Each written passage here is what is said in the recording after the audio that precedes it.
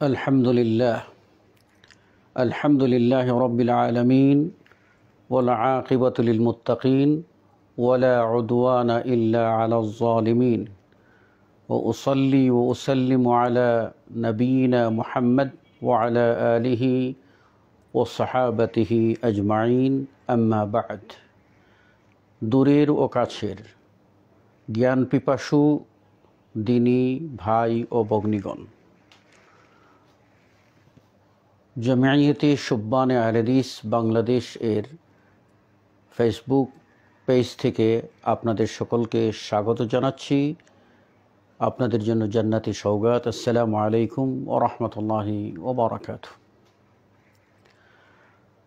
আপনারা ইতিমধ্যেই অবহিত হয়েছেন যে আজকে আমাদের আলোচনার মূল বিষয়বস্তু হলো মুসলিম উম্মাহর বিভক্তি, আমাদের করণীয় ও বর্জনীয়। এই বিষয়টি অত্যন্ত তাৎপর্যপূর্ণ এবং বর্তমান সময়ে এটি সবিশেষ উল্লেখের দাবি রাখে। কেননা মুসলিম ভিত্তিমূলে প্রতিষ্ঠিত, তাদের মূল হচ্ছে আল্লাহর তাওহীদ এবং তার প্রেরিত নবী ও রসুলগণের রিসালতের ভিত্তি। এই ভিত্তিমূলে প্রতিষ্ঠিত যে উম্মাহ, এই উম্মাই হলো মুসলিম উম্মাহ। এবং এই উম্মাহকে আল্লাহ রাব্বুল আলামিন কোরআনুল কারীমে খায়রু উম্মাহ, উত্তম জাতি হিসাবে অভিহিত করেছেন এবং এটিকে একটি ইনসাফপূর্ণ নীতির উপর প্রতিষ্ঠিত উম্মাতান ওয়াসাতা, মধ্যমপন্থী উম্মত হিসাবে আখ্যায়িত করেছেন। এই উম্মতের অনন্য বৈশিষ্ট্য হল ঈমানের ভিত্তিমূলে সকলকে ঐক্য ও সংহতির আহ্বান জানানো। যতক্ষণ মুসলিমরা ঐক্য ও সংহতির উপরে সুপ্রতিষ্ঠিত থাকবে, ততক্ষণ তারা আল্লাহর নসরত বা সাহায্য পেতে থাকবে। আল্লাহ রাব্বুল আলামিন কোরআনুল কারীমে বলছেন, ওয়াতাসিমু বিহাবলিল্লাহি জামিআন ওয়া লা তাফাররাকু, তোমরা বিভক্ত না হয়ে সকলেই আল্লাহর রজ্জু, এটাকে মজবুতির সাথে ধারণ করো।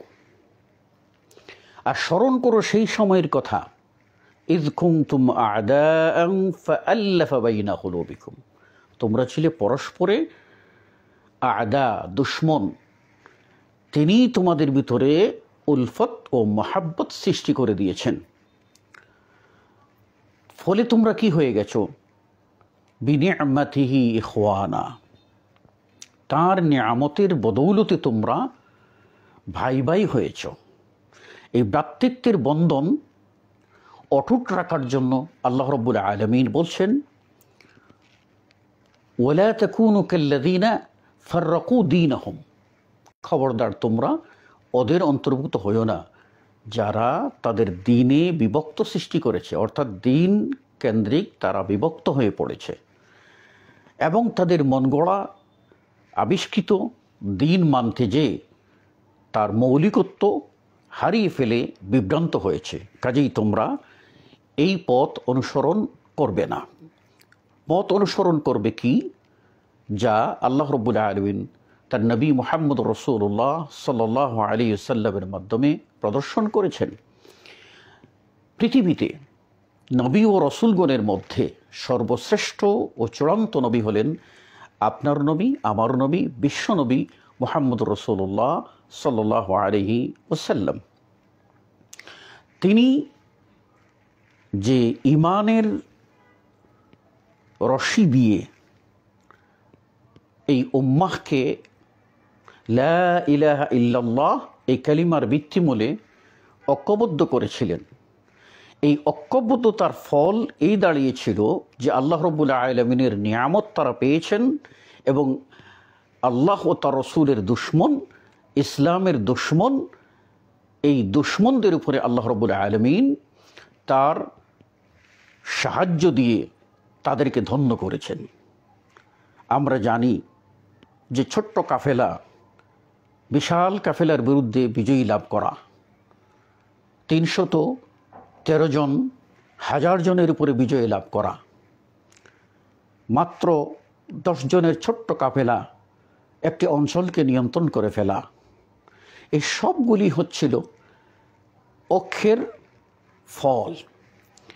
এজন্য আল্লাহ রাব্বুল আলামিন অনৈক্য ও বিবাদ সৃষ্টিকে অকল্যাণের কারণ বলছেন তোমরা ইখতিলাফ করো না, তোমরা বিভক্ত হইও না।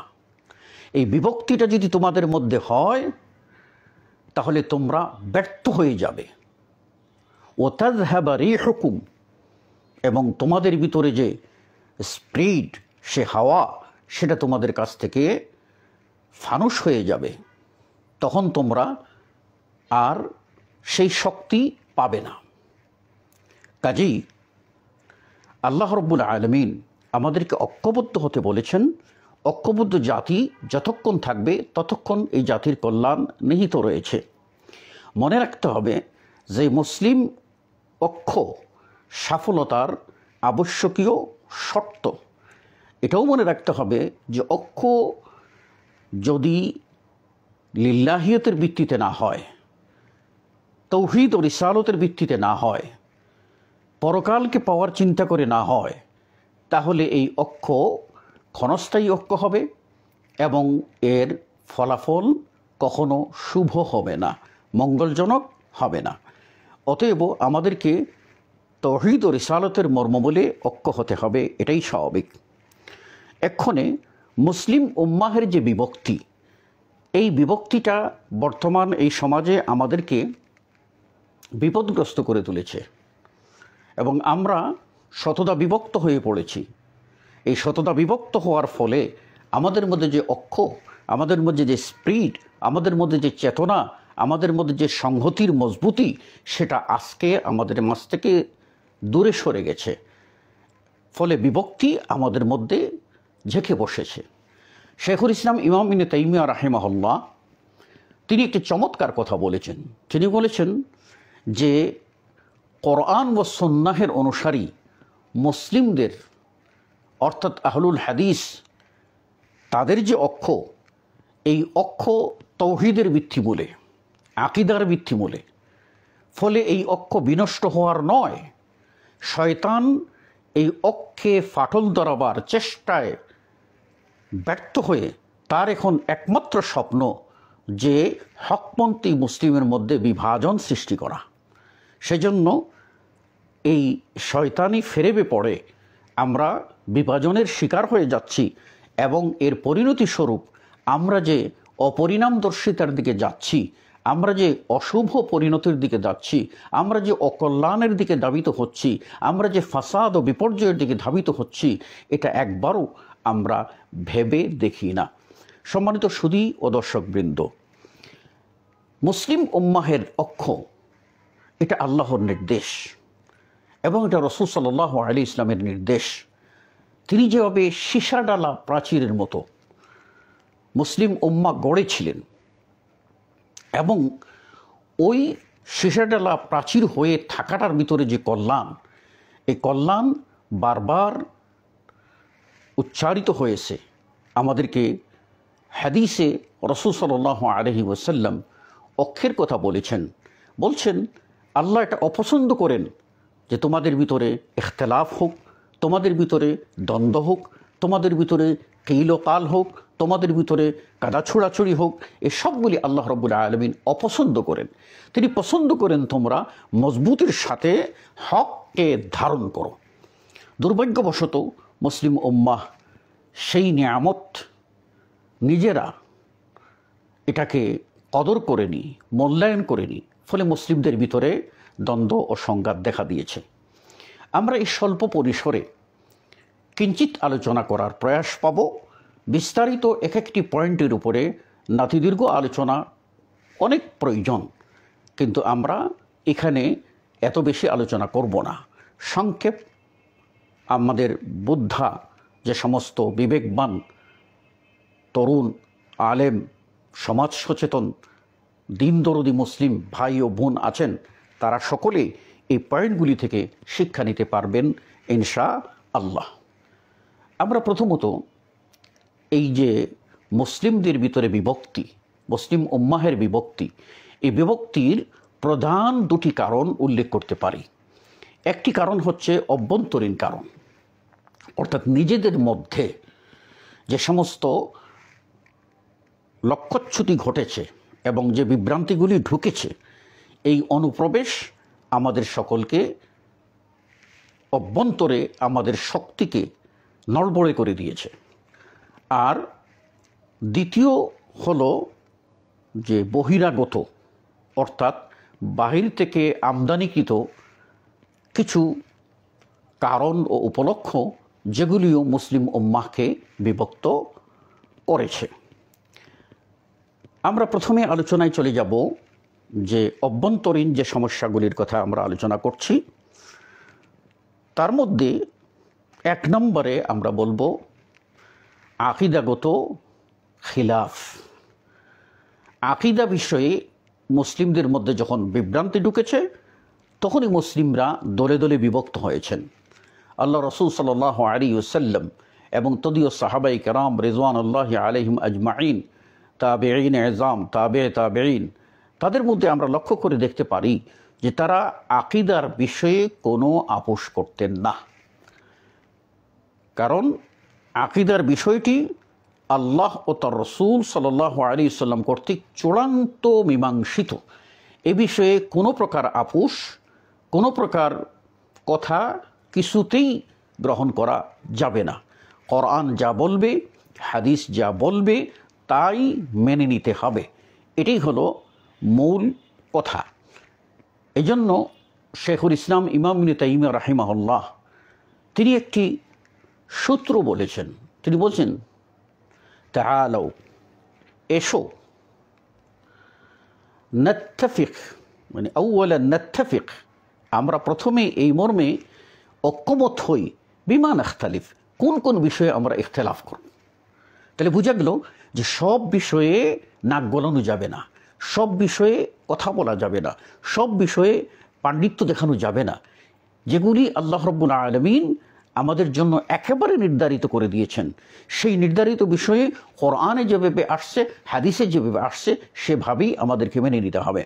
আমরা দেখতে পাচ্ছি মুসলিম উম্মাহের ভিতরে এই আকীদাগত বিভ্রান্তি এমন হয়েছে যে কেউ তাওহীদ দ্বারা বুঝেছেন যে এর অর্থ হলো মূল রুবুবিয়ত, রব হিসাবে আল্লাহকে মানলেই হলো, আর আল্লাহর ইবাদত এখানে গৌণ বিষয়।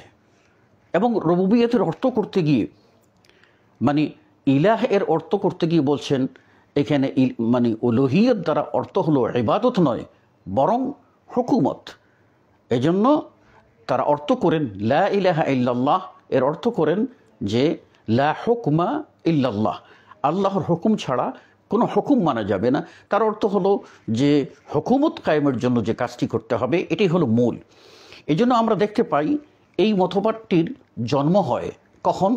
আলী রাদিয়াল্লাহু তাআলা আনহু এবং মুআবিয়া রাদিয়াল্লাহু তাআলা আনহু, দুজনের মধ্যে যে ভুল বুঝাবুঝির সূত্র ধরে যুদ্ধ হয়েছিল, সেই যুদ্ধে একদল লোক যখন আল্লাহ রাব্বুল আলামিনের সাহায্যে আলী রাদিয়াল্লাহু তাআলা আনহু এগিয়ে যাচ্ছিলেন, তাদের মধ্যে যখন আপোষ করার জন্য চেষ্টা করা হলো, যেহেতু একজন খলিফা আরেকজন হলেন রাসূল সাল্লাল্লাহু আলাইহি ওয়াসাল্লামের সাহাবী, কাজেই তাদের মধ্যে ঐক্য করার যখন চেষ্টা করা হলো, এবং তখন এই যে দুজন সালিশ বানানো বলা হলো যে তারা দুজনই হচ্ছেন পরামর্শ করে যে সিদ্ধান্ত দেবেন দুই পক্ষ থেকে। একদিক থেকে আবু মুসা আল আশআরী রাদিয়াল্লাহু তাআলা আনহু, আরেক দিক থেকে আমর ইবনুল আস রাদিয়াল্লাহু তাআলা আনহু। তাদেরকে যখন সালিশে যুক্ত করা হলো, একদল চরমপন্থী তারা লা ইলাহা ইল্লাল্লাহর অর্থ বুঝতে ব্যর্থ হয়ে আকীদাগত বিভ্রান্তিতে চলে গেল। তারা বলল লা হুকমা ইল্লাল্লাহ, আল্লাহর কিতাব থাকতে কোনো হুকুম কারোকে সালিশ মানা যাবে না। তারা বলল যে আল্লাহর কিতাব রয়েছে, সুতরাং অন্য কাউকে ব্যক্তিগত কোনো সালিশ মানা যাবে না। এই যে ব্যক্তিগতভাবে মানুষকে সালিশ মেনে মীমাংসা করার যে বিধান আল্লাহ রাব্বুল আলামিন কোরআনে দিয়েছেন, আল্লাহ নিজেই বলছেন যে দুই দল মুসলিমদের ভিতরে যদি কোনো দ্বন্দ্ব হয়ে যায়, ফাআসলিহু বাইনাহুমা, তাদের মধ্যে ইসলাহ করে দাও, মীমাংসা করে দাও। তো এই নীতিমালাটা না বুঝে তারা যে বিভ্রান্ত হয়েছেন, এই বিভ্রান্তির ফলস্বরূপ আপনার চরমপন্থী এই খারিজিদের জন্ম হয়। আর আরেক দল, তারা নিজেরা আলী রাদিয়াল্লাহু তাআলা আনহুর প্রতি অতিভক্তি দেখাতে গিয়ে রিসালতের নীতিমালা লঙ্ঘন করে আলী রাদিয়াল্লাহু তাআলা আনহুকে হুজ্জাতুল্লাহ বলে, ওলিউল্লাহ বলে তারা চরমপন্থায় চলে যায়। এর ভিতরে তৃতীয় আরেকটি দল বলে যে না, আমরা এই গরমপন্থায়ও না, নরমপন্থায়ও না, আমরা মাঝে দিয়ে কি, যে আমরা হলাম আহলুল ইরজা, আমরা হলাম মানে মুরজিয়া, আমরা হলাম যে ঠিক আছে আপনারা যা নিয়ে করেন করেন, আমরা হলাম একেবারে মানে চুপচাপ থাকবো, আমরা বিচারটা পরকালে আল্লাহই করবেন, এখন আমরা কারোর মধ্যে বিচার আচারের বিষয়টা যাব না। যেমনটা আমাদের সমাজে এক দল লোক আছে, তারা দিনের তাবলিগ করে, দিনের প্রচার করে, কিন্তু তারা এটা বুঝে না, তারা এটা মনে করে যে তারা হলো এক ধরনের ধর্মনিরপেক্ষ দিন করতেছে। তাদেরই ধর্ম প্রচারটা এইরকম যে নরম পাঠিও গরম হবে না, গরম পাঠিও গরম হবে না, তারা সকলকে সন্তুষ্ট করে নিয়ে তারা দিনের ফেরি করতেছে। অথচ এটাই সেই আহলুল ইরজা বা মুরজিয়াদের ভ্রান্ত মতবাদ, যার রূপ আজকে আমরা দেখতে পাচ্ছি। শুধুও দর্শকবৃন্দ, তাই ইমাম ইবনে তাইমিয়া রাহিমাহুল্লাহর কথার সূত্র ধরে বলছি যে আগেই আমাদের বুঝতে হবে কোন বিষয়ে ইখতিলাফ করা যায় আর কোন বিষয়ে ইখতিলাফ চলে না। তো আজকে মুসলিমদের এই অনক্ষের অন্যতম কারণ হচ্ছে মুসলিমদের ভিতরে আকীদাগত বিষয়ে ইখতিলাফ ঢুকে গেছে। আমরা অতি সম্প্রতি দেখতে পেলাম যে একদল লোক, আপনার কিছু লোক হাদিসকে অস্বীকার করে ঠিক তারা কোরআনের অপব্যাখ্যা নিজেরা করে নিজেরা বিভ্রান্ত হচ্ছে, জাতিকেও বিভ্রান্ত করছে। আরেকজন সন্ন্যাসী বা এই তথাকথিত মানে সুন্নি না কি, তার আকীদা বোঝা উঠে যায়নি, সে দেখা গেল যে সে বলে উঠতেছে যে আল্লাহ রাসূল সাল্লাল্লাহু আলাইহি ওয়াসাল্লাম মুমিনও ছিলেন না, তিনি মুমিন ছিলেন না, মুসলিমও ছিলেন না, তাকে মুসলিম বললে, মুমিন বললে কাফির হয়ে যাবে। এই যে মানে ইসলামের মৌলিক জ্ঞান ব্যতীত এ সমস্ত বিভ্রান্তি আমাদেরকে ধ্বংস করে দিচ্ছে। শুধুও দর্শক, দ্বিতীয় যে কারণটি সেটা হলো মাযহাবি গোরামি। ফিকহি মাসআলায় ইখতিলাফ থাকতে পারে, এই ইখতিলাফকে যদি আমরা কোরআন ও হাদিসের নীতিমালার আলোকে বিচার করি, আল্লাহ যেমন বলছেন ফারুদ্দুহু ইলাল্লাহি ওয়ার রাসূল ইন কুনতুম তু'মিনুনা বিল্লাহি ওয়াল ইয়াউমিল আখির, তোমরা যদি আল্লাহর প্রতি বিশ্বাস করো, আখিরাতে বিশ্বাস করো, তাহলে তোমরা কি করবে, এই তোমাদের ভিতরে বিরোধ লেগেছে, দ্বন্দ্ব দেখা দিয়েছে, একজন বলছেন হ্যাঁ এটা করতে হবে, আরেকজন বলছেন না এটা করতে হবে, কেউ বলছেন এটা সুন্নত, কেউ বলছেন না এটা সুন্নত নয়, এটা ওয়াজিব, এইসব বিষয়গুলি যখন তোমাদের মধ্যে দ্বন্দ্ব দেখা দেবে, তো তোমরা কি করবে, ফারুদ্দুহু ইলাল্লাহি ওয়ার রাসূল, তোমাদের এই দ্বন্দ্বযুক্ত বিষয়টা নিয়ে যাও কোরআনের কাছে, নিয়ে যাও হাদিসের কাছে। কোরআন এবং হাদিস যে ফয়সালা দেবে, এই ফয়সালা তোমরা মেনে নিলে তোমাদের ভিতরে ইখতিলাফ থাকবে না। তো আমরা কোরআন ও হাদিসের নিরিখে বাস্তবসম্মত দৃষ্টিতে দেখেছি যে মুসলিম জীবনে যে 98টা মাসআলা আসবে যার দলিল সুস্পষ্ট এবং সকলের বোধগম্য। থাকলো 2টি মাসআলা, যে 2টি মাসআলা অবশ্যই আল্লাহ কোরআনে তার নির্দেশনা দিয়েছেন, রাসূল সাল্লাল্লাহু আলাইহি ওয়াসাল্লাম এই 2টি মাসআলা বলেছেন, ইসলামে এটা বিধান সমাধান রয়েছে, কিন্তু আমাদের সীমিত জ্ঞান উপলব্ধি করতে পারতেছে না, আমাদের সীমিত জ্ঞান সেটা আঁচ করতে পারতেছে না, সে তার ক্যাচিং পাওয়ার কম, সে কারণে দেখা যাচ্ছে সে বুঝতে পারছে না। এই জায়গায় ইজতিহাদের প্রয়োজন। এই ইজতিহাদ যদি দেখা দেয়, তাহলে ইজতিহাদি বিষয়টায় কোনো যে মতটি কোরআন ও হাদিসের নিকটবর্তী বলে মনে হবে, সেই মত একজন মুসলিম এইভাবে মানতে পারে যে আজকের এই বিষয়টায় আমি এটাকেই মানলাম। যখন আমরা কোরআন ও হাদিসের সুস্পষ্ট বিধান পেয়ে যাব, তাৎক্ষণিক এই আমলটা ছেড়ে দিয়ে কোরআন হাদিস নির্দেশিত সুস্পষ্ট আমলের দিকে ফিরে যাব। তাহলে এই শর্তে মুসলিমরা যদি কোনো একটি মাযহাবের অনুসরণ করে, সেটা তেমন দূষণীয় হয় না। কিন্তু মাযহাবকে কেন্দ্র করে এমন হলো যে এক মুসলিম এক মাযহাবের অনুসারী মুসলিম আরেক মাযহাবের অনুসারী মুসলিমদেরকে মুসলিম বলতে রাজি না। একদল আরেক দলকে কাফির বলতে শুরু করলো, এবং একদল আরেক দলকে গায়েল করার জন্য তারা নিজেরা মানে আল্লাহ রসুলের হাদিস নামে মিথ্যা মওদু বানাওয়াট হাদিস তারা তৈরি করলো। তারা এইরকম করে কেউ তারও ইমামের প্রশংসায় বলতে লাগলো যে মানে সেই পারস্যের ভিতরে সবচেয়ে জ্ঞানী ব্যক্তি আসবেন, তিনি হবেন নরমান ইবনে সাবিত, তিনি হবেন, আল্লাহ নবী নাকি বলেছেন যে তিনি হবেন সিরাজ উম্মতি আফতাখিরু বিহি ইয়াউমাল কিয়ামা, তিনি হবেন আমার উম্মতের প্রদীপ, আমি তাকে নিয়ে কিয়ামতের দিনে গর্ব করব। আবার এই উম্মতের ভিতরে আরেকজন জন্ম হবে, সেটা হল আজররু মিন ইবলিস, ইবলিসের চেয়েও ক্ষতিকর এই জাতির জন্য, সেটা হবে মুহাম্মদ ইবনে ইদ্রিস, ইমাম শাফিঈ। তাহলে এই যে ইমাম শাফিঈ রাহিমাহুল্লাহ সম্পর্কে এই অবান্তর মন্তব্য এবং ইমাম আবু হানিফা রাহিমাহুল্লাহ সম্পর্কে অবান্তর বক্তব্য, যেগুলির কোনো দালিলিক ভিত্তি নাই, এই কথা দিয়ে মুসলিমরা যে পরস্পরের সংঘাত করতে করতে এমন হলো যে তাদের কাছে কোরআন আসলেও হাদিস আসলেও তারা কোরআন মানে না, হাদিস মানে না, যতক্ষণ না তাদের মাযহাবের সিদ্ধান্ত পেয়েছে। এই যে সংঘাত, এই সংঘাত মুসলিমদেরকে সলাতের মতো গুরুত্বপূর্ণ ইবাদতও এক সময় এক হতে দেয়নি। তারা এই কাবার চারদিকে 4 মুসল্লা কায়েম করে 4 টাইমে 4টি জামাত এক এক ওয়াক্তে হতো। হানাফি জামাতের সময় হানাফিরা জামাত পড়তো, মালিকিরা মালিকির সময় জামাত পড়তো, হাম্বলিরা হাম্বলির সময় জামাত পড়তো, শাফিরা শাফিদের সময় জামাত পড়তো। এই যে মাযহাবী দ্বন্দ্ব, এই মাযহাবী দ্বন্দ্ব মুসলিমদেরকে সলাতের মতো ইবাদতেও ঐক্য হতে দেয়নি। এই রকম দ্বন্দ্ব চরম আকার ধারণ করেছিল, এবং বাগদাদের খিলাফত ধ্বংসের পিছনে টাইগ্রিস নদীতে মুসলিম বিশ্বের শ্রেষ্ঠ গ্রন্থাগার এই কিতাবগুলি পড়ে মানে স্রোতে ভেসে গেল, এবং রক্তে লাল, মুসলিমদের রক্তে লাল হয়ে গেল। খলিফা মুতাসিম বিল্লাহ তিনি শাহাদত বরণ করলেন। এই সব বিষয়গুলি যদি আমরা লক্ষ্য করি তাহলে দেখতে পাবো এখানেও ছিল মাযহাবী দ্বন্দ্ব। এই মাযহাবী গোড়ামি যতক্ষণ মুসলিমদের ভিতরে থাকবে ততক্ষণ পর্যন্ত মুসলিমরা এক হতে পারবে না। যার যার মাযহাবে থেকে এক হওয়ার ফর্মুলা কি? যদি এক হওয়ার ফর্মুলা আসে তাহলে বলতে হবে যে কোরআন হাদিস যেটা বলবে সেটাই আমরা মানব, মাযহাব আমরা তখন ছেড়ে দেব। তো এটা যদি না মানতে পারে, কোরআন হাদিসকে না মানতে পারে, বরং মাযহাবের গোড়ামির উপরেই প্রতিষ্ঠিত থাকে, তাহলে সংঘাত তো বাড়বেই, এবং এই গরম তেলে ইবলিস ঘি ঢালবে এবং মুসলিমকে আরও বিভক্ত করে তুলবে। শুধুও দর্শকবৃন্দ, তৃতীয় হলো জাহালত বা অজ্ঞতা। এটা একটা মৌলিক কারণ ইসলামের জ্ঞান সম্পর্কে, ইসলামের যে সঠিক বুঝ, এই বুঝটা না থাকার কারণে মুসলিমদের ভিতরে এই জাহালতের সূত্র ধরে ঢুকেছে দ্বন্দ্ব ও সংঘাত।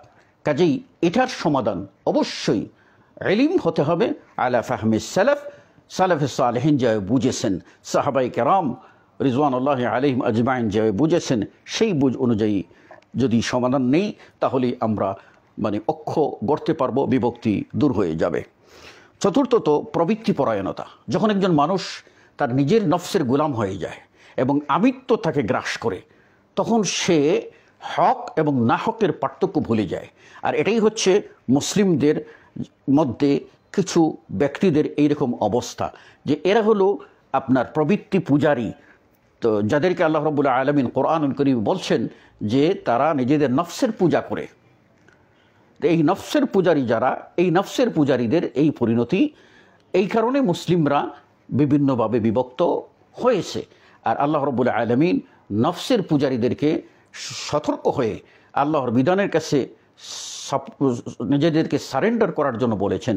আল্লাহ রাসূল সাল্লাল্লাহু আলাইহি ওয়াসাল্লাম বলছেন, তোমাদের কেউ ততক্ষণ পর্যন্ত ঈমানদার হবে না যতক্ষণ না আমি মুহাম্মদ আল্লাহর পক্ষ থেকে যা নিয়ে এসেছি তার কাছে তার নফসকে সারেন্ডার করবে। অর্থাৎ রাসূল সাল্লাল্লাহু আলাইহি ওয়াসাল্লাম আনিত বিধানের কাছে নথি স্বীকার না করা পর্যন্ত একজন মানুষ, তার নফসকে সব সারেন্ডার না করা পর্যন্ত একজন মানুষ পূর্ণাঙ্গ ঈমানদার হতে পারে না। আর আমরাই এখানে বেকায়দায় পড়েছি।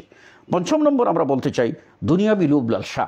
এটাও মানুষকে এমনভাবে চাকচিক্যময় করে তুলেছে, ফলশ্রুতিতে মানুষেরা হক ছেড়ে নাহওয়ের দিকে চলে যাচ্ছেন। আল্লাহ রাসূল সাল্লাল্লাহু আলাইহি ওয়াসাল্লাম বলছেন, সহিহ মুসলিমে হাদিস রয়েছে, যেটা হলো যে এমন এক সময় আসবে ইয়াবিউ দীনাহু বিআরদিন মিনাদ দুনিয়া, দুনিয়ার লোভ লালসার কারণে, দুনিয়ার সামান্য স্বার্থের জন্য মানুষ দিনকে বিক্রি করে দেবে। এই সময়টা এখন দেখা যাচ্ছে যে আমরা সামান্য অর্থ বিত্ত দুনিয়ার জৌলুস দেখে আমরা কোরআন সুন্নাহর বিরুদ্ধে অবস্থান নেওয়ার জন্য অনেকেই প্রস্তুত হয়ে যাই, ওয়াল ইয়াযু বিল্লাহ। ৬ষ্ঠ নম্বর, রাজনৈতিক উচ্চবিলাস। এটা মুসলিমদের ভিতরে আরেকটি বড় কারণ তারা নিজেদেরকে মানে দুনিয়ার শক্তিতে বলিয়ান হওয়াটাকে প্রাধান্য দিয়ে তারা নেতা হতে চান। আর এই নেতা হওয়ার লড়াইটা মুসলিমদেরকে এমনভাবে পেয়ে বসেছে, কি রাজনৈতিক দল, কি অরাজনৈতিক দল, কি সামাজিক দল, কি আপনার পারিবারিক ব্যবস্থা, কি ধর্মীয় দিনী সংগঠন, সংস্কারবাদী সংগঠন, সেখানে নেতৃত্বের লোভ এমন হয়ে গেছে, আমাকেই প্রেসিডেন্ট হতেই হবে, আমাকেই এটার কন্ট্রোল করতেই হবে, আমাকে এটার মানে সেক্রেটারিয়েটের প্রধান হতেই হবে, আমি সব কন্ট্রোল করব। এই যে এই আমিত্ব মানুষকে আপনার রাজনৈতিক লোভে পরিণত করছে, আর এই লোভ মানুষকে ধ্বংস করছে। ফলে মুসলিমদের ভিতরে এই ব্যক্তিকেন্দ্রিক দল উপদল গড়ে উঠছে। এগুলি হচ্ছে রাজনৈতিক উচ্চবিলাসের কারণে হয়ে যাচ্ছে। সম্মানিত সুধী ও দর্শকবৃন্দ, আমাদের হাতে সময় একেবারে কম, আমরা 2 মিনিটের মধ্যে বিদায় আরজ করব। এজন্য আমরা বহিরাগত কিছু বিষয় যেটা বলছিলাম, প্রধান যে কারণ তার মধ্যে প্রথম বলছিলাম অভ্যন্তরীণ, আর দ্বিতীয় বলছি যে বহিরাগত। এই বহিরাগত বিষয়ে আপনাদেরকে টাচ দিয়ে যাচ্ছে, সেটা হলো এই যে কাফির মুশরিকদের জৌলুস দ্বারা প্রতারিত হওয়া।